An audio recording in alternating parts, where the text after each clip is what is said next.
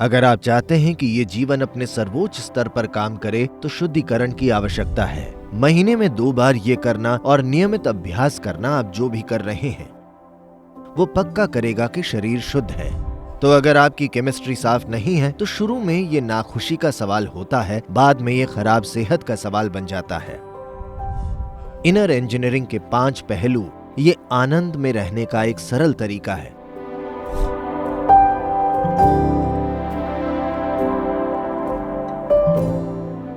तो खास तौर से आप में से वो लोग जो आध्यात्मिक उन्नति के इच्छुक हैं, आपको एक अच्छी प्रणाली की जरूरत है। एक अच्छी प्रणाली का अर्थ है कम से कम मात्रा में घर्षण।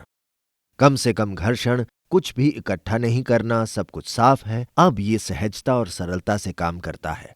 हम जो कुछ भी इससे करना चाहते हैं वो करना आसान हो जाता है। पर आज कई तरीकों से विचार में, भावना में, यहां तक कि मौखिक शुद्धता भी नहीं है।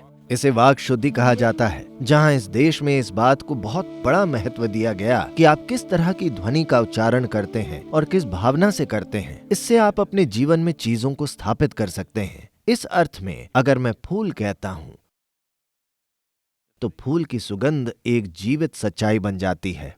असल में ऐसा होगा। पर आप में से जो लोग शिट शिट कहते हैं,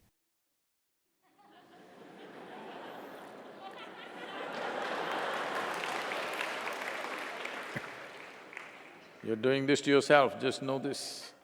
आप ये खुद के साथ कर रहे हैं, ये जान लीजिए। आपके मन में, आपके शब्दों में जो ध्वनियां आप उच्चारित करते हैं और सुनते हैं, और अपने लिए और आसपास के सभी लोगों के लिए आप जिस तरह का वातावरण बनाते हैं, ये सब चीजें महत्वपूर्ण हैं। अरे ये सब क्या है, किसी ने मुझे ये नहीं बताया। जिन शब्दों को आप बोलते हैं, जो शब्द आप सुनते हैं, ध्वनियां, आप किस तरह की ध्वनियों का उच्चारण करते हैं, ये बहुत महत्वपूर्ण है। अगर आप इसका सही उच्चारण करते हैं, जैसा कि मैंने कहा, अगर आप फूल कहते हैं तो खुशबू आनी चाहिए, क्योंकि नाद में उतनी शक्ति होती है अगर आपको पता हो कि इसे कैसे इस्तेमाल करना है। देखिए, अगर आप सिर्फ काम पर जाकर वापस आना चाहते हैं, काम का वास्तव में मतलब है जीविका कमाना और वापस आना। उसके बाद किसी बिगड़ी हुई चीज से आप वहां ड्राइव करके वापस आ सकते हैं या एक साइकिल पर जाकर वापस आ सकते हैं। अब अचानक आप एक दौड़ में शामिल होना चाहते हैं। अब मशीन के हर एक सूक्ष्म मिलीमीटर को बार बार, कई बार देखा जाता है और बार बार शुद्ध किया जाता है। ये इसी तरह है। अगर आप चाहते हैं कि ये जीवन अपने सर्वोच्च स्तर पर कार्य करे तो सब कुछ, बस सब कुछ, आप कैसे बैठते हैं, आप कैसे खड़े होते हैं, कैसे सांस लेते हैं, कैसे कदम रखते हैं, उसमें शुद्धिकरण की आवश्यकता है, वरना ये उस तरह काम नहीं करेगा। जब आप साधना कर रहे होते हैं तो ये महत्वपूर्ण है कि आप कुछ ऐसा खाएं जो आपके भीतर चिपके नहीं, ये निकल जाना चाहिए। जब उसका काम पूरा हो जाए, उसका एक कण भी अंदर नहीं रहना चाहिए, उसे बाहर निकलना चाहिए। तो आप खुद को कैसे शुद्ध करते हैं? एक सरल चीज है, कम से कम महीने में 2 बार, एक दिन 24 घंटे का समय बिना किसी भोजन के गुजारना चाहिए, सिर्फ पानी। ये यहाँ मौजूद हमारे ब्रह्मचारी और यहाँ कई दूसरे लोग हर एकादशी के दिन ऐसा कर रहे हैं। ऐसा करने के लिए वो दिन सबसे अच्छा भी है। और 24 घंटे मतलब आज शाम को आप खाते हैं और अगला भोजन अगले दिन शाम को लेते हैं और सिर्फ पानी पीते हैं। अगर आप शुरू में बहुत थका हुआ महसूस करते हैं तो कुछ समय बाद ये ठीक हो जाएगा। अगर आप पर्याप्त साधना करते हैं तो ये एक समस्या नहीं होगी। इसके अलावा अगर आप थका हुआ महसूस करते हैं तो आप उसमें एक नींबू निचोड़ सकते हैं और आप उसमें एक चम्मच शहद भी मिला सकते हैं। यह आपको चालू रखेगा। महीने में 2 बार ऐसा करना और नियमित रूप से अपनी साधना करना सुनिश्चित करेगा कि शरीर साफ है। लेकिन शुद्धता पर आने का सबसे सरल तरीका है आनंद की अवस्था में होना। Hello? मैं आपसे कुछ भी कठिन करने को नहीं कह रहा, मैं आपसे सबसे सरल और सबसे शानदार चीज करने को कह रहा हूं। तो ये एक सरल तरीका है, क्योंकि आज हमें कोई वैज्ञानिक साक्ष्य नहीं चाहिए, प्रयोगशाला विज्ञान का साक्ष्य। पर आज विज्ञान के प्रयोगात्मक साक्ष्य भी हैं कि जब आप आनंद में होते हैं, जब आपका अनुभव मधुर होता है, तब शरीर की क्रियाएं कैसी होती हैं, ये किस तरह काम करता है, कैसे ये रासायनिक रूप से बहुत शुद्ध हो जाता है। क्योंकि मानवीय अनुभव कई तरीकों से आपकी केमिस्ट्री में आधारित है। तो अगर आपकी केमिस्ट्री शुद्ध नहीं है, आप अपने भीतर जो पैदा करते हैं, अगर ये उससे मैली हो रही है, तो शुरू में ये नाखुशी का सवाल है और बाद में ये खराब सेहत बन जाता है और हर तरह के कष्ट भुगतने पड़ रहे हैं।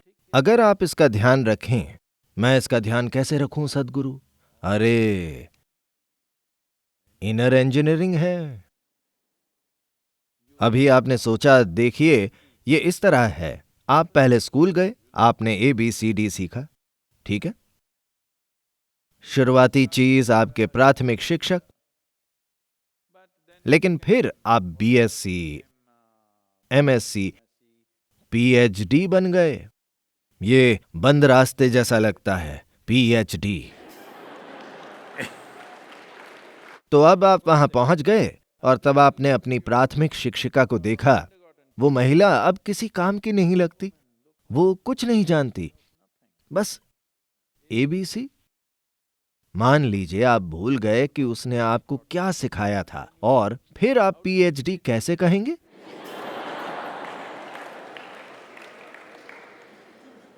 तो जीवन के अलग अलग चरणों में अलग अलग चीजें आएंगी, पर यह बहुत बहुत जरूरी है कि बुनियादी चीजें नष्ट न हों। इनर इंजीनियरिंग दुनिया के लिए मां। हेलो, भूल गए? नहीं सद्गुरु, मैं संयमा हूं।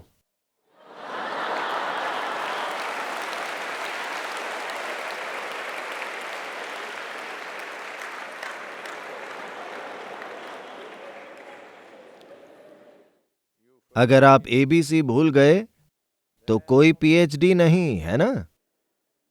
ये ऐसी ही चीज है। तो इनर इंजीनियरिंग के 5 पहलू खुद को एक क्रैश कोर्स कैसे दें?